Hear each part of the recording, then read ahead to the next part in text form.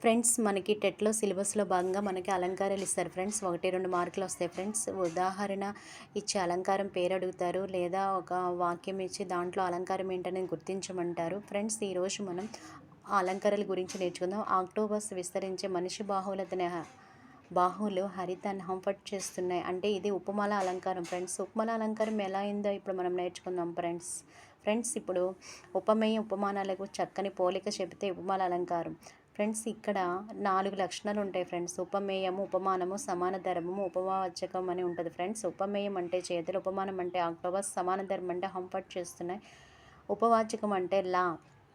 ఇక్కడ మనం గమనించాల్సింది ఇది ఉపమాల అలంకారం. అది తీసేయండి ఫ్రెండ్స్. నెక్స్ట్ వచ్చేపాటికి ఇంకో చోట నిలువెత్తు ప్లాస్టిక్ కొబ్బరి చెట్లు ముస్తాబైన శవాల్లాగా దర్శనమిస్తున్నాయి ఫ్రెండ్స్. ఇక్కడ ఉపమేయం ఏంటి, ఉపమానం ఏంటి, సమాన ధర్మం ఏంటో చూద్దాం. ఉపమేయము ప్లాస్టిక్ కొబ్బరి చెట్లు, ఉపమానం శవాలు, సమాన ధర్మం ముస్తాబు, ఉపమావాచకం అంటే వలె లేదా లా అని ఉంటుంది ఫ్రెండ్స్.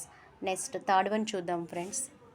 ఆమె కేశాలు నల్లని త్రాచు అన్నట్లు ఉన్నాయి ఫ్రెండ్స్. ఇక్కడ అన్నట్లు ఉన్నాయి అంటే యాక్చువల్గా ఉన్నాయి కాదు, అన్నట్లు ఉన్నాయి.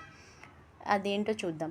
ఇచ్చిన వాక్యంలో ఉత్ప్రేక్ష అలంకారం ఉంది. ఉత్ప్రేక్ష అంటే ఊహించడం. ఉపమేయాన్ని ఉపమానంగా ఊహిస్తే అది ఉత్ప్రేక్ష అలంకారం అవుతుంది. నెక్స్ట్ ఆ ఇటుక బడ్డీలు వారి పిల్లల బాల్యాన్ని సమాధి చేసే ఈజిప్ట్ మమ్మీల్లా ఉన్నాయి. ఇదేంటి ఫ్రెండ్స్? ఉత్ప్రేక్ష అలంకారం. ఉత్ప్రేక్ష అలంకారం అంటే ఏమని చెప్పుకున్నాం ఫ్రెండ్స్? ఊహించడం. ఎలా ఊహించరు ఇక్కడ? ఆ యొక్క ఇటుక బడ్డీలు ఎలా ఉన్నాయంటే ఈజిప్ట్ మమ్మీల్లా ఉన్నాయి అని ఊహించడం జరిగింది. ఐదోది చూడండి ఫ్రెండ్స్. ఆ వస్తున్న ఏనుగు నడుస్తున్న కొండ అన్నట్లు ఉంది. ఇక్కడ ఏం చేశారు ఫ్రెండ్స్? ఊహించారు ఫ్రెండ్స్.